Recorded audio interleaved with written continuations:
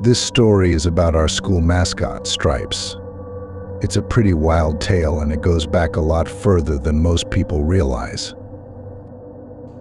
See, Stripes has been around for decades.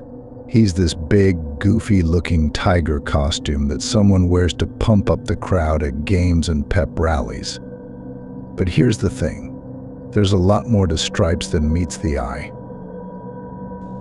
The whole thing started way back in the 80s, before I was even born. Apparently, there was this group of students who were really into the occult and all that supernatural stuff. They used to meet up after school and do these weird rituals, trying to tap into some kind of dark power. Well, one night, they decided to take things to the next level. They snuck into the school gymnasium and performed this crazy ritual while one of them was wearing the Stripes costume. I don't know all the details, but from what I've heard, it was some pretty messed up stuff. Candles, chanting, maybe even some kind of sacrifice. After that night, strange things started happening around the school. People would see Stripes wandering the halls long after everyone had gone home, and there were these weird noises coming from the locker rooms, like something was in there scratching at the walls. At first, everyone just brushed it off as a prank or someone's idea of a joke. But then, people started getting hurt, like seriously hurt. There were a bunch of accidents and injuries that all seemed to be connected to Stripes somehow. One of the worst incidents happened at a basketball game. Stripes was doing his usual thing, dancing around and getting the crowd all hyped up. But then, all of a sudden, he just froze. He stood there, completely still, staring up at the bleachers like he was in some kind of trance. Then, without warning, he started climbing up the bleachers, row by row, like he was possessed or something. People started freaking out, yelling at him to stop, but he just kept going. When he got to the top, he jumped off the back of the bleachers, like he was trying to fly. It was total chaos. People were screaming and running around, and the guy in the Stripes costume was just lying there, not moving. They had to call an ambulance and everything. But when they took the costume off, the guy inside was fine. Not a scratch on him. A few days later, the guy who was wearing the costume disappeared, just vanished into thin air. Nobody ever saw him again. And that's when the rumors really started flying. Some people say that the ritual those students did back in the 80s cursed the Stripes costume. Others think they might have summoned some kind of demon that possessed whoever wore it. All I know is, ever since then, anyone who puts on that costume starts acting really weird. And it's not just a one-time thing either. Every year it's the same story. Someone new puts on the Stripes costume, and before long they're doing all sorts of strange stuff. Talking to themselves, lashing out at people, even sleepwalking around the school at night. The really messed up part is that the school administration knows all about it, but they just keep covering it up year after year. They say it's all just rumors and urban legends, that there's nothing to worry about. But anyone who's been around long enough knows the truth. I've seen it myself, more times than I can count. Like this one time, I was staying late after school to work on a project, and I saw Stripes wandering the halls. But it wasn't like he was just taking a stroll. He was moving all jerky and twitchy, like a puppet on a string. And when I got closer, I swear I could hear him muttering something under his breath, like he was talking to someone who wasn't there. Another time, at a pep rally, Stripes just started freaking out in the middle of the gym. He was yelling and screaming, tearing at his costume like he was trying to rip it off. It took a bunch of teachers to hold him down and get him out of there. And when they did, they found all these weird scratches and bite marks on his arms, like he'd been clawing at himself. So yeah, that's the real story behind Stripes. And if you ask me, it's only a matter of time before something really bad happens. I mean, how long can you keep covering up something like this before it all comes crashing down? But the worst part is, nobody wants to talk about it. It's like this big, dark secret that everyone knows, but nobody wants to acknowledge. And every year, some poor sucker gets roped into putting on that costume, not knowing the kind of danger they're putting themselves in. It's like the school is just waiting for something to go wrong, for some kind of disaster to happen. And when it does, they'll just cover it up again like they always do. Sweep it under the rug and pretend it never happened. But me? I'm not going to just sit back and let it happen. I've been trying to do some digging to find out more about that ritual and what really happened to the guy who disappeared. But it's not easy. People don't want to talk about it, and a lot of the records from back then have just vanished.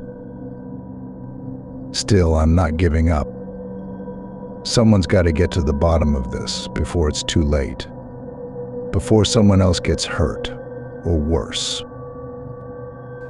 So if you're ever at our school and you see Stripes, just be careful, all right? Don't get too close, and definitely don't try to put on that costume. Trust me, it's not worth it. There's something seriously wrong with that thing, and it's only a matter of time before the truth comes out. But hey, I'm just a student, right? What do I know? All I can do is keep my eyes open and hope for the best. But one thing's for sure, there's a lot more to our school mascot than meets the eye. And the truth. It's a whole lot darker than anyone wants to admit. All right, so let me tell you about this crazy thing that happened back when I was in high school. It was my junior year, and we had this new English teacher, Miss Thompson.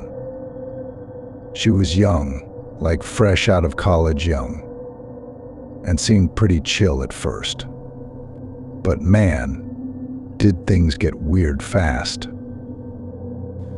It started with little things, like her zoning out in the middle of class, or getting weirdly intense about certain books we were reading.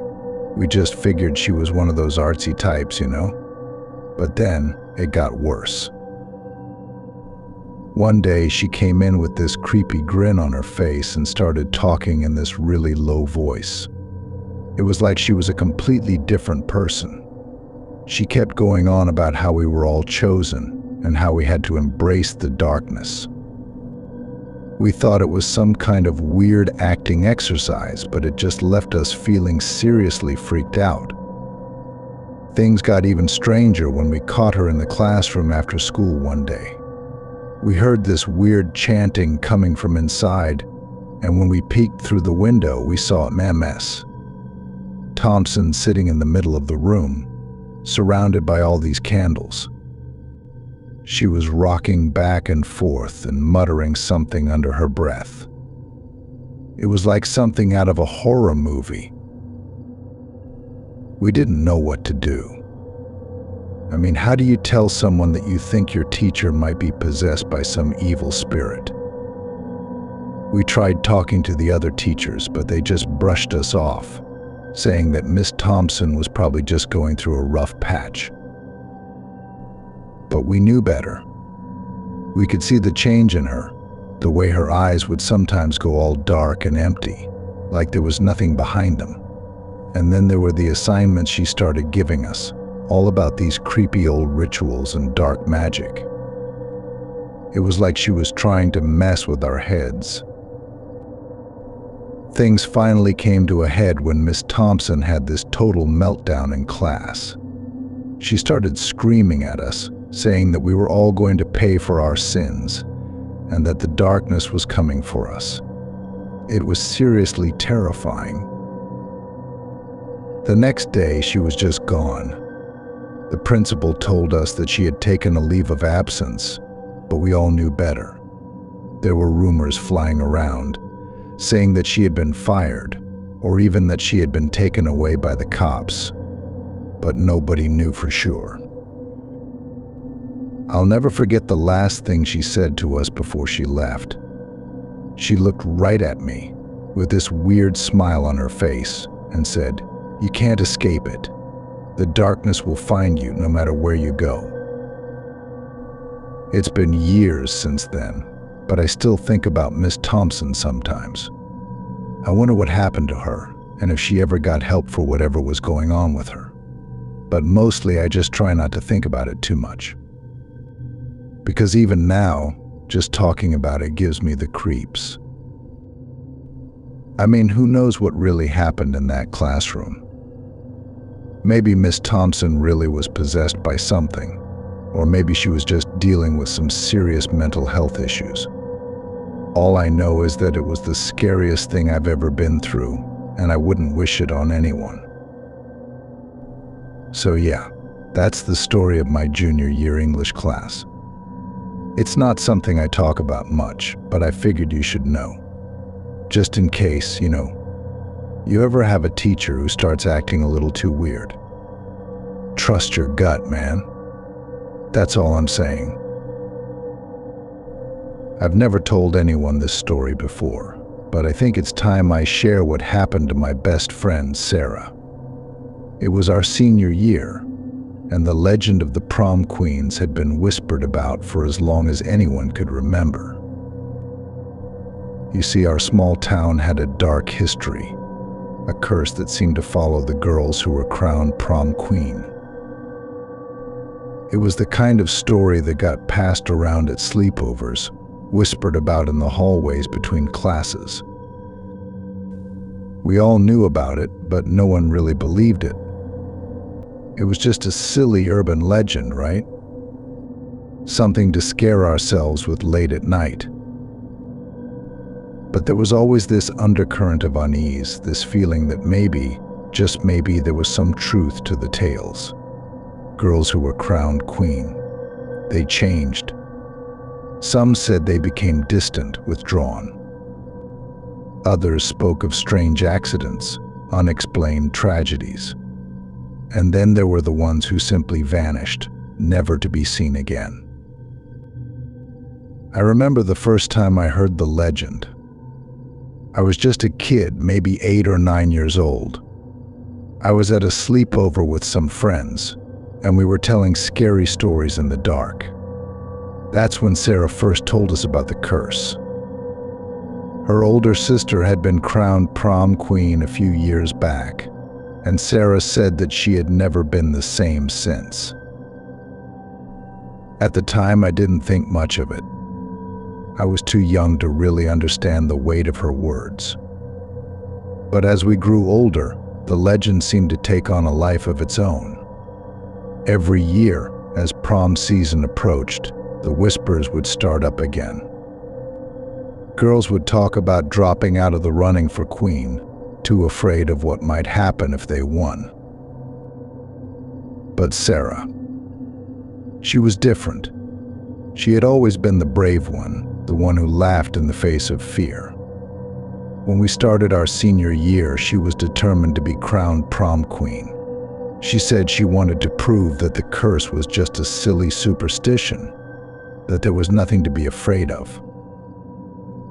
I admired her courage, but deep down I was terrified for her. I had seen the way the town looked at the prom queens, with a mixture of reverence and fear. And I had heard the stories, passed down from generation to generation, of the girls who had come before. As the year went on, the legend seemed to take on a new urgency.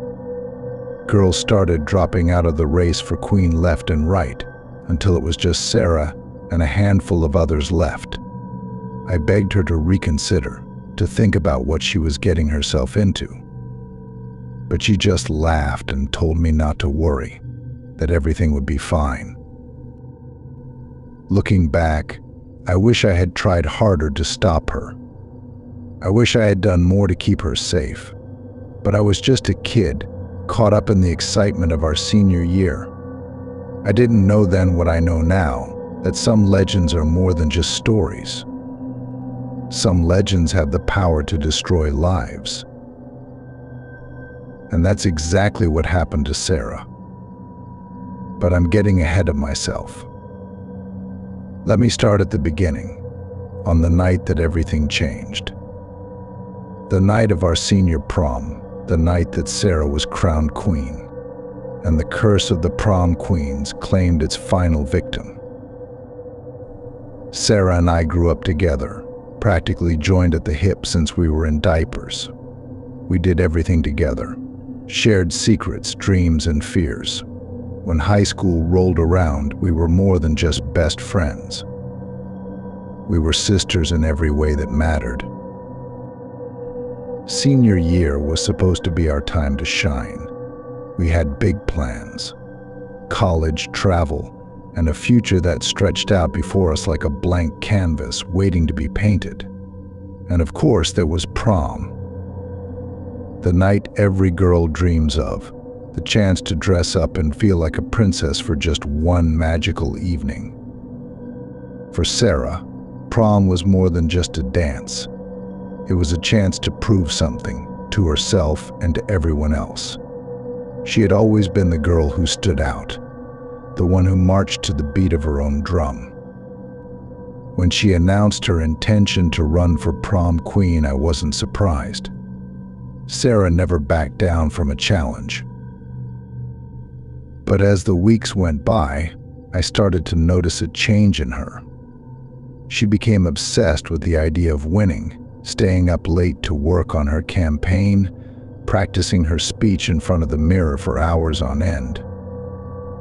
I tried to tell her that it wasn't worth it, that the title of prom queen was just a silly high school tradition, but she wouldn't listen.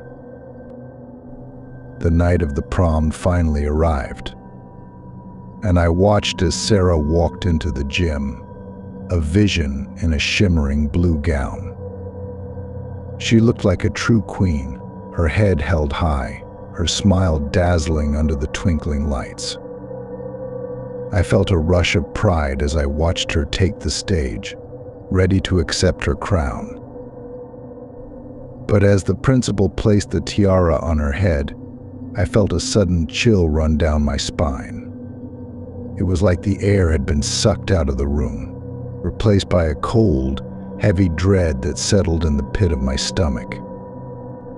I tried to shake it off, telling myself that it was just nerves, that everything was fine. But then I saw the look on Sarah's face. Her smile had faded, replaced by a vacant stare that seemed to see right through me.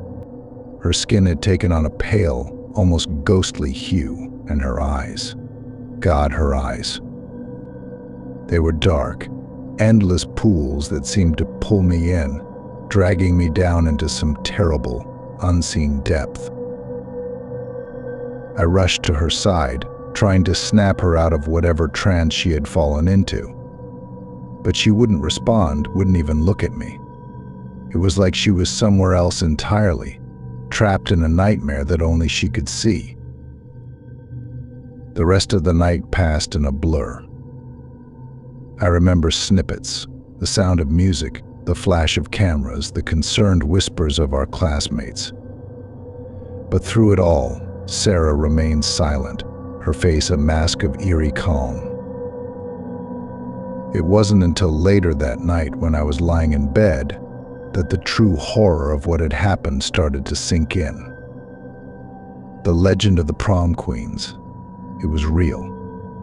And Sarah, my beautiful, brave best friend, had fallen victim to its curse. I didn't sleep at all that night, my mind racing with terrible visions of what lay ahead.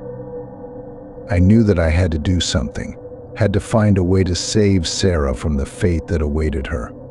But deep down, I knew that it might already be too late. The legend had come to life, and it had chosen Sarah as its next victim. And I, the one person who loved her more than anything in the world, was powerless to stop it. The days following the prom were a waking nightmare. Sarah was different, changed in ways that I couldn't quite put my finger on. She was distant, withdrawn, like a shell of the vibrant, lively girl I had known all my life. At first, I tried to convince myself that it was just the aftermath of the big night, the calm down from all the excitement and nerves. But as the weeks went by, it became clear that something much darker was at work. Sarah stopped coming to school, stopped answering my calls and texts. When I went to her house to check on her, her parents turned me away, their faces drawn and tight with worry. They said that Sarah wasn't feeling well, that she needed time to rest and recover. But I knew better. I could feel it in my bones, the same way I had felt that chill on the night of the prom. Sarah was slipping away from me, pulled down into some dark, terrifying place that I couldn't reach. I didn't know what to do, who to turn to. I felt like I was losing my mind, watching helplessly as my best friend faded away before my eyes. I started having nightmares, terrible visions of Sarah trapped in some endless, shadowy labyrinth, her screams echoing off the walls. Finally, after weeks of agonizing silence, Sarah reached out to me. It was a text, just 3 words. I need you. I didn't hesitate, didn't stop to think about the consequences. I rushed to her house, my heart pounding in my chest, my mind racing with every possible scenario. When I arrived, the house was dark, the curtains drawn tight against the sun. I let myself in with the key Sarah had given me years ago, a symbol of our unbreakable bond. The air inside was stale, heavy with the scent of decay and neglect. I found Sarah in her room, huddled in a corner, her knees drawn up to her chest. She looked like a ghost, her skin pale and translucent, her eyes sunken and ringed with dark circles. When she saw me, she let out a low, keening moan, like a wounded animal. "Sarah," I whispered, my voice cracking with fear and worry. "What's happening to you?" She looked up at me, her eyes wild and haunted. "I can feel it," she said, her voice a ragged whisper. "The curse. It's inside me, eating away at my soul. I can't escape it, can't fight it. It's too strong." I felt a wave of helpless terror wash over me, a sense of inevitability that was almost too much to bear. But I couldn't let Sarah see my fear, couldn't let her think that I had given up on her. "We'll figure this out," I said, my voice steady and calm, even as my insides churned with dread. "I won't let anything happen to you, Sarah, I promise." But even as the words left my mouth, I knew that they were a lie. The curse had Sarah in its grip, and it would not let her go until it had claimed her completely. And I, the one person who should have been able to save her, was powerless against its dark, insidious power. The weeks that followed were a blur of desperation and despair. I watched as Sarah slipped further and further away from me, her mind and body ravaged by the curse that had taken hold of her. I tried everything I could think of: research, prayer, even consulting with a local witch who claimed to have knowledge of such things. But nothing worked. The curse was too strong, too deeply rooted in the dark history of our town. And with each passing day, I could feel Sarah slipping further and further away from me, pulled down into a place where I could not follow. The end, when it came, was sudden and brutal. It was a night I'll never forget, etched into my memory like a scar that will never fade. I was in my room, trying to distract myself from the constant, gnawing worry that had become my constant companion. My phone rang, and I saw Sarah's name on the screen. My heart leapt into my throat as I answered, hoping against hope that I would hear her voice, that she would tell me that everything was going to be okay. But the voice on the other end wasn't Sarah's. It was her mother. Her words choked with tears and barely intelligible through her sobs. "She's gone," she said, her voice a ragged whisper. "Sarah, she's gone." I don't remember the rest of the conversation, don't remember hanging up the phone or collapsing onto my bed. All I remember is the pain, the terrible, all-consuming grief that tore through me like a knife. Sarah was dead, her life cut short by the same curse that had claimed so many before her. The police ruled that there was no foul play, just another tragic case of a troubled teenage girl taking her own life. But I knew better. I knew that Sarah had been fighting a battle that she could never win, a battle against a force that was older and stronger than anything we could imagine. The days that followed were a blur of grief and pain. I watched as Sarah was laid to rest, her coffin lowered into the cold, dark earth. I listened as people offered their condolences, their platitudes about how she was in a better place now, free from the pain and suffering of this world. But I knew the truth. I knew that Sarah was trapped, her soul forever bound to the curse that had claimed her. And I knew that I would spend the rest of my life haunted by the memory of what had happened, by the knowledge that I had failed her when she needed me most. Years have passed since that terrible night, but the pain has never faded.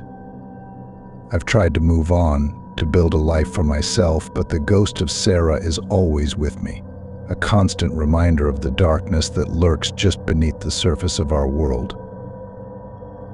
Sometimes in the dead of night, I swear I can hear her voice, calling out to me from beyond the grave. I know it's just my imagination, my mind playing tricks on me, but still, I can't help but wonder. What if Sarah is still out there somewhere, trapped in some dark, endless purgatory, waiting for me to find her and set her free? I've never told anyone this story before, never shared the terrible truth of what happened to my best friend, but I know that I can't keep it locked inside me forever, can't let the weight of it crush me from the inside out. So I'm telling it now, to you, in the hopes that maybe, just maybe, it will bring me some measure of peace. That by sharing the burden of my grief, I can finally start to heal, to find a way to move on from the terrible tragedy that has defined my life for so long. But even as I say the words, I know that I will never truly be free of Sarah, or of the curse that claimed her. She will always be with me, a part of me, a reminder of the terrible price we pay for the secrets we keep and the legends we breathe life into. And so I will carry on, living each day with the knowledge that the darkness is always there, waiting just beyond the veil of our world. And I will hold on to the memory of Sarah, my beautiful, brave friend, who fought so hard against a fate that she could never escape. Rest in peace, Sarah. I will never forget you, and I will never stop fighting for the truth, no matter how terrible it may be.